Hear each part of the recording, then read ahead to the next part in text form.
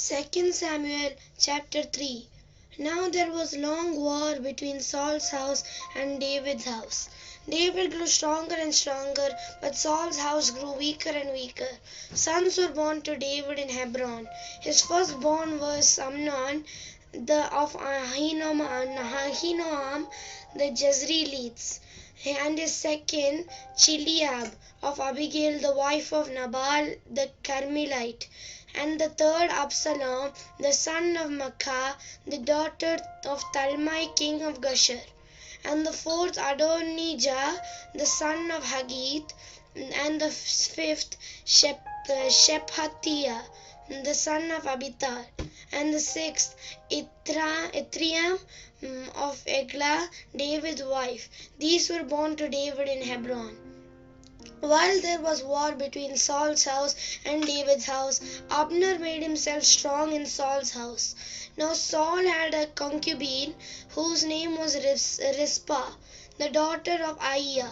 And Ishbosheth said to Abner, "Why have you gone into my father's concubine?" Then Abner was very angry about Ishbosheth's words and said, "Am I a dog's head that belongs to Judah? Today I show kindness to Saul's house, your father, and to his brothers, and to his friends, and have not delivered you into the hand of David. And yet you charge me today with a fault concerning this woman.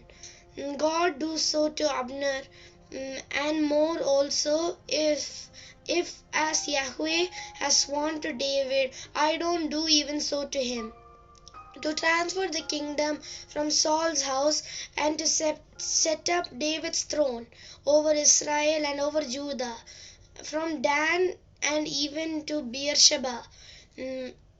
He could not answer Abner another word because he was afraid of him. Abner sent messengers to David on his behalf, saying, "Whose is this land?" and saying, "Make your alliance with me, and behold, my hand will be with you to bring all Israel around you." He said, "Good, I will make a treaty with you, but one thing I require of you. That is, you will not see my face unless you first bring Michal, Saul's daughter, when you come to see my face."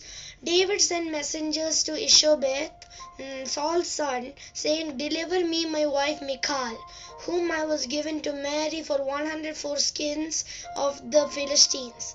Ishbosheth sent and took her from her husband, even from Paltiel, the son of Laish.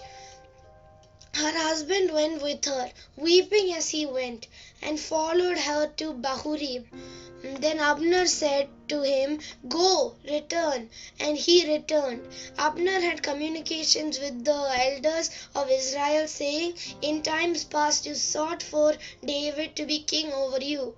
Now then do it, for Yahweh has spoken of David, saying, By the hand of my servant David, I will save my people Israel out of the hand of the Philistines, and out of the hand of all their enemies." Abner also spoke in the ears of Benjamin, and Abner went also to speak in the ears of David in Hebron all that seemed good to Israel, and to the whole house of Benjamin. And so Abner came to David in Hebron, and 20 men with him. David made Abner and the men who were with him a feast. Abner said to David, "I will arise and go, and will gather all Israel to my lord the king, that they may make a covenant with you, and that you may reign over all that your soul desires." David sent Abner away, and he went in peace. Behold, David's servants and Joab came from a raid, and brought in a great plunder with them. And Abner was not with David in Hebron, for he had sent him away, and he had gone in peace. When Joab and all the army who was with him had come, they told Joab, "Abner the son of Ner came to the king, and he has sent him away, and he has gone in peace." Then Joab came to the king and said, "What have you done? Behold, Abner came to you. Why is it that you have sent him away, and he is already gone? You know Abner the son of Ner, he came to deceive you. and to know you're going out and you're coming in, and to know all that you do. When Joab had come out from David, he sent messengers after Abner, and they brought him back from the well of Sirah. But David didn't know it. When Abner was returned to Hebron, Joab took him aside into the middle of the gate to speak with him quietly, and struck him there in the body, so that he died for the blood of Asahel his brother. Afterward, David heard it. He said, I and my kingdom are guiltless before Yahweh forever of the blood of Abner the son of Ner. Let it fall on the head of Joab and on all his father's house. Let there not be fail from the house of Joab the one who has an issue, or who is a leper, or who leans on a staff, or who falls by the sword, or who lacks bread. So Joab and Abishai his brother killed Abner, because he had killed their brother Asahel in Gibeon in the battle. David said to Joab and to all the people who were with him, Tear your clothes and clothe yourself with sackcloth, and mourn yourself in front of Abner.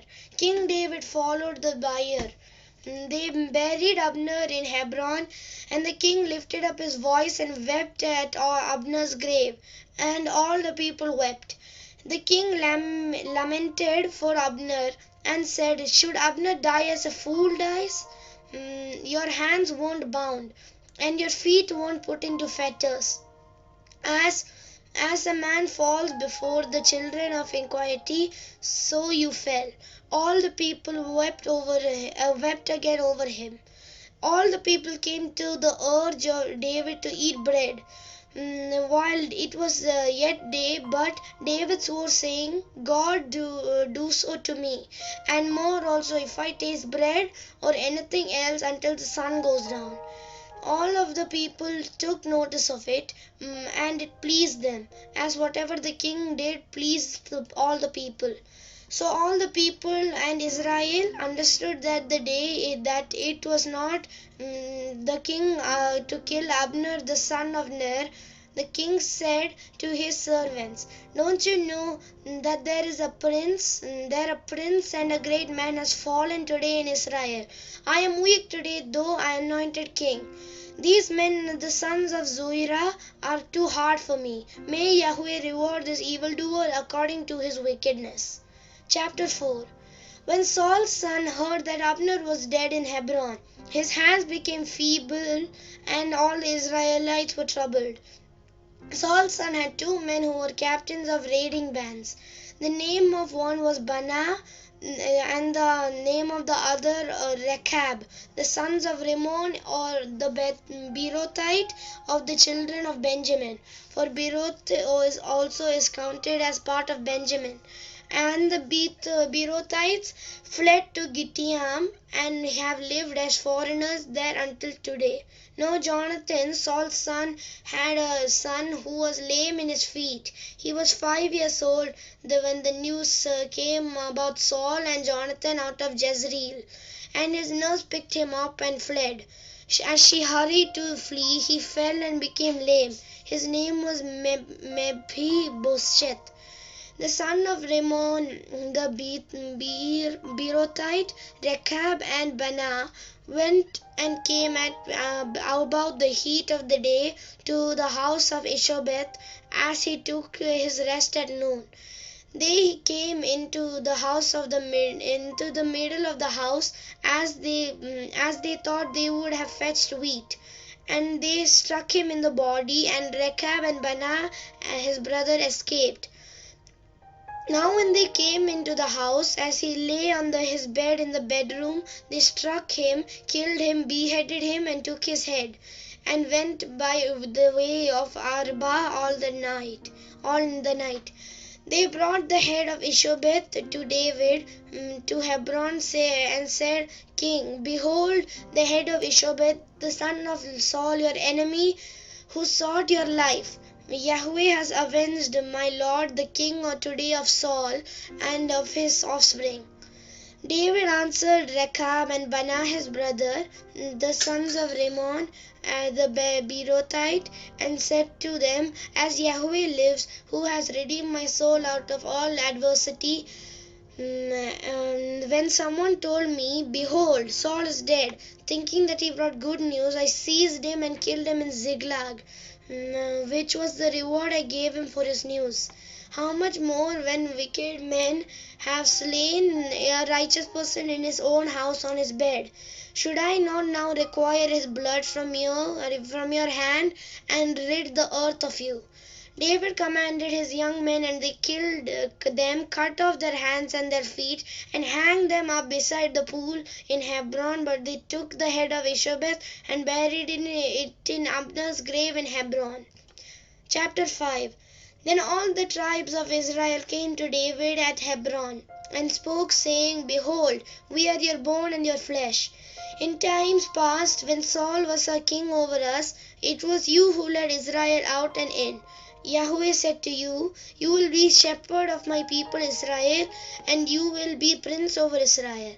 So all the elders of Israel came to the king to Hebron, and King David made a covenant with them in Hebron before Yahweh, and they anointed King David king over Israel. David was 30 years old when he began to reign, and he reigned for 40 years. In Hebron he reigned over Judah 7 years and 6 months. And in Jerusalem he reigned 33 years over all Israel and Judah. The king and his men went to Jerusalem against the Jebusites, the inhabitants of the land, who spoke to David, saying, The blind and the lame will keep you out of here, thinking David can't come in here. Nevertheless, David took the stronghold of Zion. This is David's city. David said on that day, Whoever strikes the Jebusites, let him go up to the watercourse and strike the lame and the blind, who are hated by David's soul. Therefore they say, The blind and the lame can't come into the house. David lived in the stronghold and called it David's city. David built around from Millo and inward. David grew greater and greater, for Yahweh, and the God of armies, was with him. Hiram king of Tyre sent messengers to David with cedar trees, carpenters, and masons. They built David a house. David perceived that Yahweh had established him king over Israel, and that he exalted his kingdom for his people Israel's sake. David took more concubines and wives for himself out of Jerusalem after he had come out from Hebron, and more sons and daughters were born to David. These are the names of those who were born to him in Jerusalem: Shammua, Shobab, Nathan, Solomon, Ibhar, Elishua, Nepheg, Japhia, Elishma, Eliada, and Eliphelet. When the Philistines heard that they had anointed David king over Israel, all the Philistines went up to seek David, but David heard about it and then went down to the stronghold. Now the Philistines had come and spread themselves in the valley of Rephaim. David inquired of Yahweh, saying, Shall I go up against the Philistines? Will you deliver them into my hand? Yahweh said to David, Go up, for I will certainly deliver the Philistines into your hand. David came to Baal Perazim, and David struck them there. Then he said, Yahweh has broken mine enemies before me like the breach of waters. Therefore he called the name of that place Baal Perazim. They left their images there, and David and his men took them away. The Philistines came up yet again and spread themselves in the valley of Rephaim. When David inquired of Yahweh, he said, You shall not go up. Circle around behind them and attack them in front of the mulberry trees. When you hear the sound of marching in the tops of the mulberry trees, then stir yourself up, for Yahweh has gone out before you to strike the army of the Philistines. David did so as Yahweh commanded him, and struck the Philistines all the way from Geba to Gezer. Chapter 6. David again gathered together all the chosen men of Israel, 30,000. David arose and went with all the people who were with him from Baalah, Judah, to bring up from there God's ark, which is even called by the name of Yahweh of armies, who sits above the cherubim. They set God's ark on a new cart and brought it out on Abinadab's house that was on the hill, and Uzzah and Ahio, the sons of Abinadab, drove the new cart.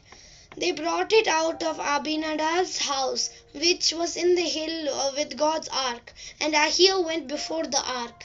David and all the house of Israel played before Yahweh with all kinds of instruments made up of cypress wood, with harps, with stringed instruments, with tambourines, with castanets, and with cymbals.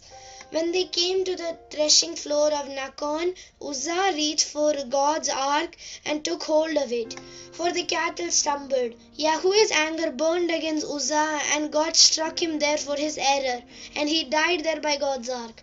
David was displeased because Yahweh has broken out against Uzzah, and he called that place Perez Uzzah to this day. David was afraid of Yahweh that day, and he said, "How could Yahweh's ark come to me?" So David would not move Yahweh's ark to be with him in David's city, but David carried it aside into Obed-Edom, the Gitti's house. Yahweh's ark remained in Obed-Edom, the Gitti's house, 3 months. And Yahweh blessed Obed-Edom and all his house.